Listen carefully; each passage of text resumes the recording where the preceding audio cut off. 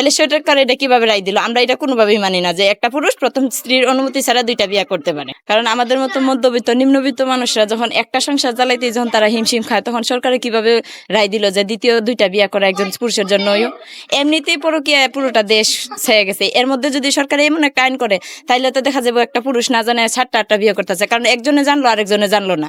আর আমাদের মতো নিম্নবিত্ত মানুষ তো তারা পেটের দান্দায় বসে থাকে, তারা কিভাবে তো আইন নিয়ে গবেষণা করবো? সেক্ষেত্রে সরকার কিভাবে এই রায়টা দেয় যে একটা পুরুষ 2টা বিয়ে করতে পারে, তাও প্রথম স্ত্রীর অনুমতি ছাড়া? আমরা তো এটা কোনোভাবেই মানি না। এটা তো তাহলে এই ভিত্তিতে যদি সরকার যদি স্বামী স্ত্রীরা গড়ে গড়ে কাজে লাগবো, মারামারি লাগবো, তখন দেখা যাবো মারামারি হইতেছে, কাটাকাটি হইতেছে, তো এটা দায় কি সরকার নিব? প্রত্যেকটা মামলার দায় কি সরকার নিব? তখন তো দেখা যাবো যে মামলা বেড়ে যাইতেছে, ঘরে ঘরে মারামারি যখন বাড়বো তখন থানা মামলা হইব, মামলা হইলে উকিলরা পেট ভরবো। আমাদের মতো নিম্নবিত্ত মানুষের তো শুধু ঝামেলাই বাড়বো, আর তো কিছু হইব না। তো এইটার দায় যদি সরকার নেয় তাইলে ঠিক আছে, প্রত্যেকটা মামলার রায় যদি সরকার যদি নেয় ঠিক আছে। কিন্তু আমরা তো দেখতেছি ছোট থেকে যে ঝামেলা হওয়ার আগ পর্যন্ত সবাই ঠিক আছে, কিন্তু যখন একটা ঝামেলা পড়ে যায় তখন তো অন্য কোনো কেউ এসে সামনে দাঁড়ায় না।